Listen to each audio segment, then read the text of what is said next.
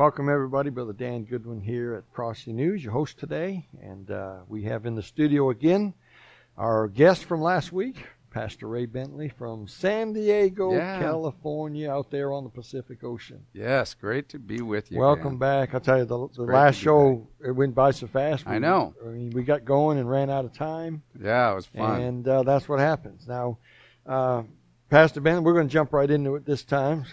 Many of the viewers already have met you from last week, and hopefully they watched the program. I want you to know, if you're watching via television, all of these programs are on YouTube. So if you miss a program or you just like to watch one again, you can go to prophecynews.com and look for the YouTube video section. Or just go on the internet, go to YouTube, and do in the search bar, type in Prophecy in the News. And all of these programs are there. They're for you all to watch. So well, let's get into it here so we don't run out of time as quick. It's going to go by anyway. But let's get as much in as we can. You we're here because of your book, On the Mountain of the Lord, written by you and Miss Bodie Taney. Yes. Very all right. Good. And we're working on getting her in the studio, but we'll see what happens. And we have these on the website at prophecynews.com. You can get the book right there, $24.95 plus shipping, or call the 800 number on your screen. But let's jump in. I want to read, because I didn't do this in the last program. Yeah. I want to read a little bit about what's on the what the book's about from the flyleaf here of the dust jacket. He had to travel halfway around the world to find his way home to God. That's Jack, who had to travel to Israel, and he found God there.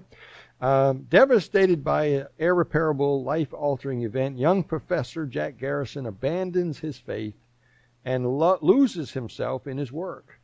The study of his work, which is the study of Middle Eastern history. But while on a fact-finding mission to the Holy Land, Jack begins to experience inexplicable visions and dreams. Joined by his friend Lev and a dauntless female Israeli border police officer named Bet Diekman, Jack embarks on a journey across Israel and Palestine, following hints from prophetic visions he receives along the way. His quest will lead him through the world's most sacred and mysterious sites and will bring him dangerously close to a furtive yet deadly enemy. Is God calling him? And for what purpose?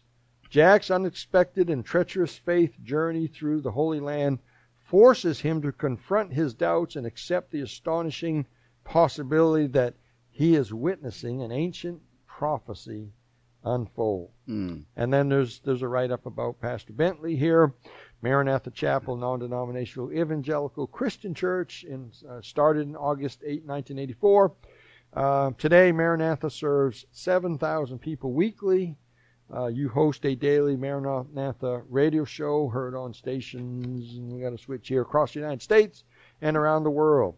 And I've been to your church, and so Pastor Ray, that's what the book's about. On the back cover, we've got, I noticed Ann Graham wrote a write-up here. Yes. And thought we ought to mention that she's suffering from cancer, undergoing treatment. Right. And we ought to pray for her. Yes. Ann, she's also a great lover of Israel, and actually was just at the Jerusalem prayer breakfast and addressed Christians and Jews and praying for the peace of Jerusalem. And she is a precious lady and a gift from God to the body of Christ, and a dear friend for Vicki and I. And so, I would just like to encourage everybody, please, to just remember in prayer. She's doing well, and she's going through her treatments, and, but it knocks it out of you. You get really weak, and so just pray for her strength, and especially now at this time with her family wanting to come in and surround her at the holiday season and bless her. But just keep her in your prayers.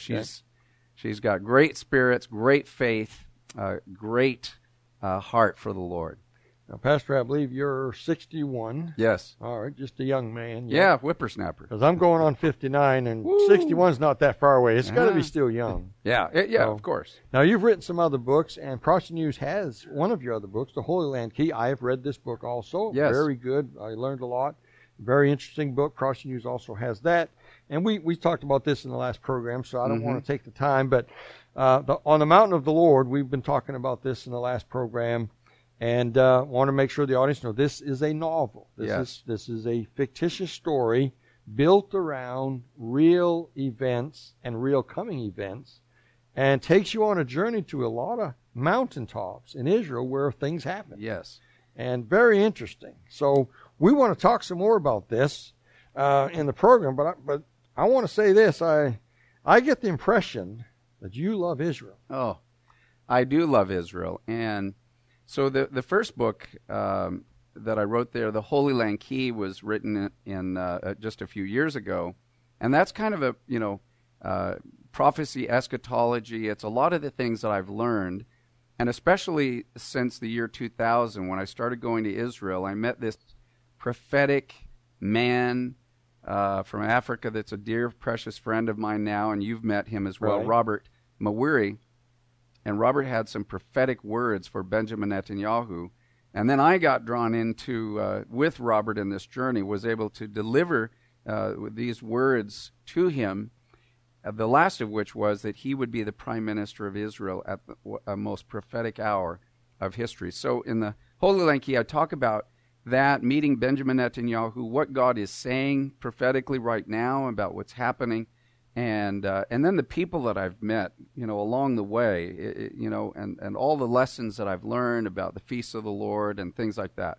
So if you want to get into prophecy, study the Holy Land Key. But then my son-in-law, I was getting ready to write a new book because that came out in 2014. So I'm like, wow, new stuff has happened. I'm ready to write a new book on that. My son-in-law goes, oh, okay, cool. And he wasn't really excited. And I'm like, hey, wait a minute. I love prophecy. This is awesome. And he goes, well, he goes, I'm just thinking that my generation may not want to read it. And I'm like, what? And he said, well, you guys were a different time and era. He goes, but why don't you think about writing a story and bringing people along a journey through a story? So I had never thought of it, but my wife had mentioned the same thing. And the next thing you know, providentially, I meet, along with my friend Robert Mawiri, Bodie and Brock Taney in Los Angeles. And she was like a hero of mine because I'd read many of her books. They've written, dozens, literally 70 different novels, historic novels, but they've always been in the past. And then they would bring, events and history and biblical things into their historic novels. But when I met them, I thought, wow, what if I provided kind of a prophetic view, had this idea about the mountains of the Lord, and then they would help wrap a story around it. Brock is the researcher. So having met them, I asked them, would they pray about it? They said, we've never written with anybody else. They've never really needed to. Mm-hmm. But they said, we've been waiting. We've never written about a story about what's happening today.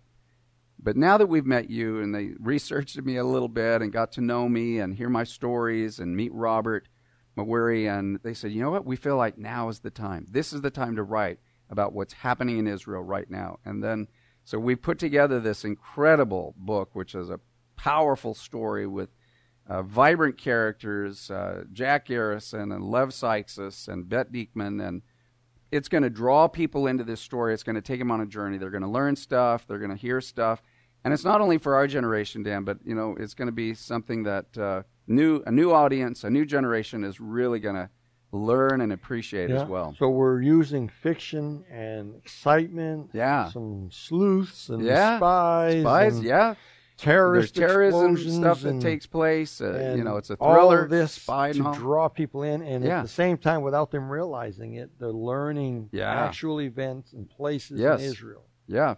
And let me have, this is my copy that you sent me, this paperback one. Yeah. The book that you're going to get when you order it is hardback. Yeah. But you sent me a proof copy to read months ago before I was even on Prophecy News here. And I want to read some passages out of here, if that's okay. Sure. And I want to get you to comment on these. And all these yellow papers here, if you see that on the screen out there, these are places where I made marks in the book. And like I said last week, these are things that I didn't even know I was going to be interviewing you. I did this for me. I wanted to come back and look at them again because they were interesting. Yeah. And we obviously can't look at all of them, but I picked a couple here. There's something in the book about Napoleon that's interesting. And it says here, Genghis Khan was stopped on his invasion just before reaching here, Lev continued. Napoleon Bonaparte said this was the most perfect field of battle he ever saw. And I'll skip some of this, but Israel fought battles against Arab armies. We're talking about Armageddon. Yes. Megiddo, the Valley of Megiddo Yes. there. Israel fought battles against Arab armies here in the War of Independence, Amir added. And more recently still, Katyusha rockets landed there because of the Israeli Air Force F-16 base. Okay, so a lot of blood's been shed for a small, kind of unimpressive bit of real estate. Of course, this is Jack talking. He's wondering, all these battles over this desert over here. Yeah. And why is it so important, Jack probed? Because that small peak over there is Har Megiddo, Amir pointed out. And this is the Valley of Armageddon, the staging place for the last great battle between good and evil. So feel free to comment on that passage. Well, this is something that, going to Israel, as you've had the privilege of going there, they take you to this place. It's this big, beautiful, gorgeous, green, lush, with farms and crops and fruits and vegetables. And then they go, this is the Valley of Megiddo. You're like, what? You mean like in the Bible, Revelation, talking about the Battle of Armageddon? Yes. It's this big open plain. And then I learned that many battles, battles between North and South and huge empires have already, again and again and again, like you say, Napoleon even commented on it. Man, this is where the armies of the world could meet. And he thought, what a great place What a great place for the final battle. And so, honestly, when the Apostle John is told in the book of Revelation that it will be an Armageddon, the Valley of Megiddo, that the last great battle, it's almost like those in Israel go, oh, of course, that's where all the battles They're have been. all here. So this is where this is at and where it's going to happen. But it shows how current, how fresh, how relevant everything is. And as is pointed out in the story, what is the big deal about this valley or this land called Israel? It's such a tiny nation, and yet there is no other nation that receives more time and attention from the 200 countries or whatever in the world than the country of Israel. Yeah. They're obsessed with Israel. And I believe that what it confirms is that the Bible is legitimate. The prophecies are real. There is a spiritual root to this struggle going on, not only in Israel, but in the Middle East and around the world. And it's all coming together right now at this moment in history. And like before we went on camera, you and I were talking, everything started there. Yes. And everything's going to end there. Everything began there, and everything is now coming back to there. It's going to wind up there. And, we have now a presidential administration that has made a move that literally has not only shocked the nations of the world by moving the embassy from Tel Aviv to Jerusalem, but I believe that the heavens are shaking. The supernatural realm, the spiritual realm, I think they know that the time is short, and the enemy's pulling out all the stops. They're getting ready for the final climax, the final conclusion, the final battle act. And the final act. It's all setting and the earth up right is shaking. now. We're having 7-point earthquakes almost every week now somewhere. Yes, whole we tape this, the rim of fire, the this, Pacific Rim. And then you just found out something. This is December 20th as we're sitting here recording this. On my phone earlier today, an earthquake on the eastern coast of Russia, 7.2 or something like that. Wow. So, God is shaking the planet, getting our attention. It is. And these are exciting things, and it's amazing what's going on. It is. I've got another place that I want to turn to here and read. And there's another place that I highlighted in the book. While Lev and Bet sat some distance away talking quietly, Jack wedged himself between a pair of lopped-off branches. Lifting his face to the warm sun, he closed his eyes and felt his shoulders droop. What was it? And this kind of relates to what we read earlier in a minute ago, but what was it about this land? See, he's thinking. Yes. You got Jack yes. questioning things now. Why? What is it about this land he's talking about Israel, that created so much conflict? What drove people to such hatred and despair that they'd go to certain death to kill someone else? And he goes on with some other details there, but before we began the program, you and I were talking about that. We talked about what is it about this little piece of property over there, and you mentioned some things. Share some of that with us. Well, I think that it's not just a human level. There is a spiritual level that just captures people, and they lose their minds, literally. Nations will lose their minds. People lose their minds over this. It's almost like, the Lord of the Rings. I've got to have the ring and the power, and whoever controls Jerusalem in this area. My favorite prophetic movie of all time. Yeah. Don't get me going on that. Yeah. So, and like that, the eye of Sauron, that's looking at everything.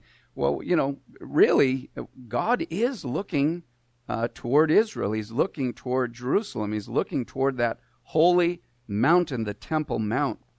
And I believe it stirs up the entire angelic realm. It stirs up the entire Satan and the demonic realm, the alignments of the people, the alignments of the nations. You can feel, even those people that are not walking with God, they feel the tension in the air. They feel that the conflict is building towards something. And so that's where we are. So this is a story not about the past. This is a story about right now, today, in Israel, what's happening, what's unfolding, and why it's affecting. You can try to ignore the Bible or ignore Israel or ignore prophecy. And a lot of people do. But they can't escape. They're being affected by it. That's right. By the decisions that are being made, by the circumstances that are coming together. So it's almost grabs your attention, like, what's this all about? And where are we headed? And what does this mean? Yeah. And God is using the Middle East, and in particular Israel, to get the attention of the world, because his kingdom is coming. And he wants everybody to know. Everybody's going to have a chance. Folks, we're talking to Pastor Ray Bentley with his new book. And we want you to go to the website if you'd like to get it, $24.95. You can order the book from the website or call the 800 number on your screen. And a wonderful lady will pick up the phone. She'll take your order. And with that in mind, I've got a question for you here. Yeah. Well, let me read something here. Well, before I read this, I want to get this question because I'm going to forget it. Okay. In the book, this is funny. You have something about the embassy going to be moved, possibly. Yeah. And now it is moved. Yes. And so the book was written before. Yeah, I mean, just months ago, really. But now talk about current. I mean, talk about a current book. I mean, yeah. You talked about the fact that it looked like it was going to get moved, and it did. And it did. Moved. It happened. And I think, without giving anything away, I think in the next book there's something about that. Yes. So, all right, let me read a passage here. A voice recognized as Eliyahu's. How was that even possible after only one hearing spoke to him? Everyone can see the handwriting on the wall. Oh, yeah. The whole world, this is something I highlighted. Yes. Long before I knew I was going to be interviewing you, this was something that was of interest to me. And I not only highlighted it, I underlined it. The whole world knows things do not continue as they were before. Though they may not admit it, and I don't care who you are, Arab, Palestinian, American, French, though they may not admit it, everyone knows history is racing towards some sort of climax, but they need it explained. Yes. Now, you're the explainer, so explain it. Well, this story, it's an expression that's even in modern times. People say, wow, you see the handwriting on the wall. And people have used that expression in different situations. They don't realize they're quoting the Bible. Mm-hmm. That phrase, the handwriting is on the wall, is literally a story out of the Bible. It's out of the book of Daniel. And it was a time where the king, the grandson of Nebuchadnezzar, King Belteshazzar, is drinking and drunk, and he rules the world, and he's even got the golden vessels from the temple in Jerusalem, and he's mocking all the gods. And all of a sudden, when he mocks the God of Abraham, Isaac, and Jacob, a hand appears without a body in the midst of this drunken party and starts writing on the wall. And the king freaks out. And literally, the King James says he his loins were loosed. I'm not going to go beyond that, and that's old King James, but I think you know what happened to the king. He was so terrified by seeing a hand writing, "Mene, mene, tekel, upharsin." What does that mean? And his loins were loose. So they go, what do we do? And they say, well, there was a man in your father's era named Daniel, the prophet. He knew how to read these spiritual signs. So Daniel comes in and tells him, you've been weighed in the balances and found wanting. Oh. Tonight your kingdom will be taken from you. So I use that analogy because everybody, all the pagans, including the king, could see the handwriting on the wall. But nobody could interpret it. Nobody knew what it meant. They had to get the man with the Spirit of God in him, the prophet named Daniel. Yeah. I believe, Dan, that we're living in a generation, and that's what I'm trying to share in this story. The people are looking up, seeing the handwriting on the wall of this time, of this era, of this generation. The handwriting's on the wall. They see the signs of impending collapse, chaos, conflict, confrontation, but they don't know what does it mean. And I believe that's where those who know the Lord and those who have prophetic understanding can look up and say, yeah, you can see the signs. Let me tell you what that means. Jesus is coming. You need to get your life right. You need to get ready for the coming of the Lord. Yeah. You need to open your heart to the love of God and the grace of God. And so that's basically the idea behind this book is we're trying to help people realize the handwriting is on the wall. Let's look up and discern the signs of the times. And that's like the end of our program. Keep looking up. But we're not done yet. Don't turn the dial. But what is your goal? What is your goal for this book? What do you want this book to do? I don't mean you're not in it for the money. I know that. What is your desire for this book to do for people? My heart, my desire is that people will be curious, and they don't maybe want to read a book all about eschatology or prophecy or the details, but they're interested in. I know that everything means something, everything, but I don't know how to put that all together. And I'll read a good, well-written story. So that's what we've provided. Not only this beginning story, but it's going to be a 3-book series, the Elijah Chronicles. That's kind of what's happening right now in the world. You've got an American, you've got an Israeli girl, this beautiful young lady that's assigned to protect Jack through all of his adventures in the Holy Land. You have Jack kind of discovering that everything I thought is not actually true. And once my feet are on the ground in Israel, things are different than what they're perceived or portrayed on the news. And then he starts having these visions, and the Bible starts coming alive. And then you've got the other side with this, Israeli, very attractive, assigned bodyguard. And so she's looking at this as an Israeli, and she also has this vague understanding that, we're important and there's a God, but what does it all mean? And then there's a romance between them. And then in the middle of that, you've got this guy, Lev Sykes, who is a believer, a friend of Jack from when he was young, but he's also Jewish. He makes Aliyah. He's in Israel. So he keeps showing up to help explain to Jack, dude, you got to wake up and smell the coffee.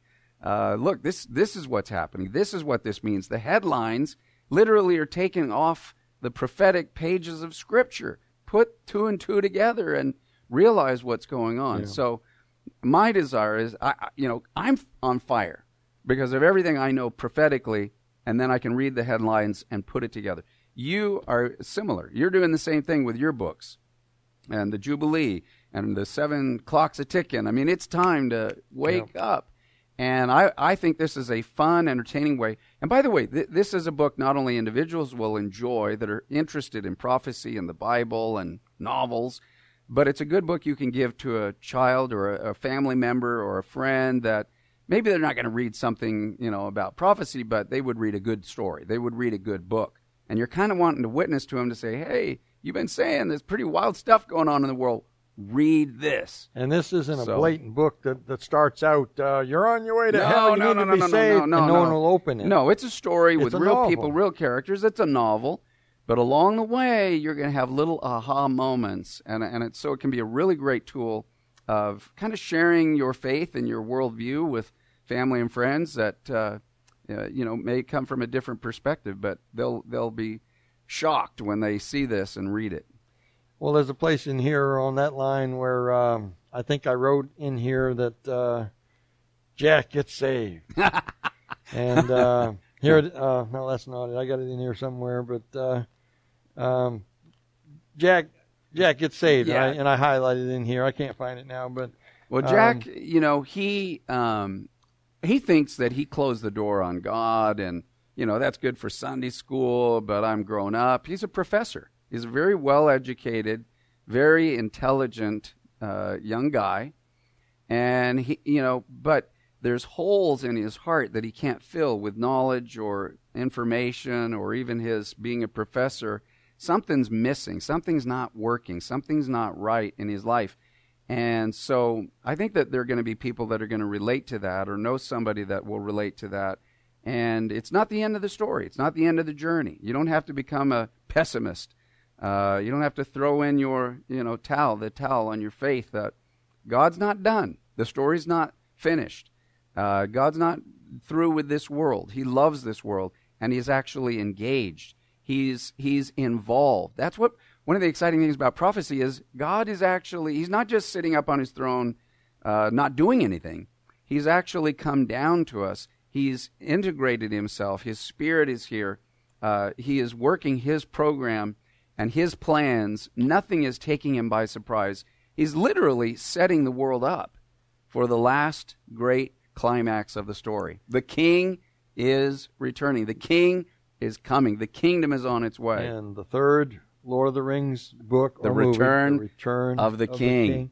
That's a powerful In my story 7 o'clock as well. book, I actually mentioned Frodo. I got a picture of Frodo Yeah. in there. And there's I love those stories. Well, look, J.R.R. Tolkien, who wrote The Lord of the Rings, and C.S. Lewis, who wrote the Chronicles of Narnia, among others, they also were storytellers, Right. novelists, but who were deeply committed Christians. Amen. J.R.R. Tolkien actually was a professor, and as well as C.S. Lewis, they were friends in a little group called the Inklings, and J.R.R. Tolkien led C.S. Lewis basically to the Lord, shared the gospel with him. And on that note, Brother Ray, the clock's run out on us. Ah, And Man. boy, thank you for coming into the studio. Thank you for flying out here and spending your time. my pleasure. With It's been us. fun. And I got to spend some extra time with you. But, Yeah, it's been great. Folks, ProphecyNews.com, you can get the book there or call the 800 number on your screen.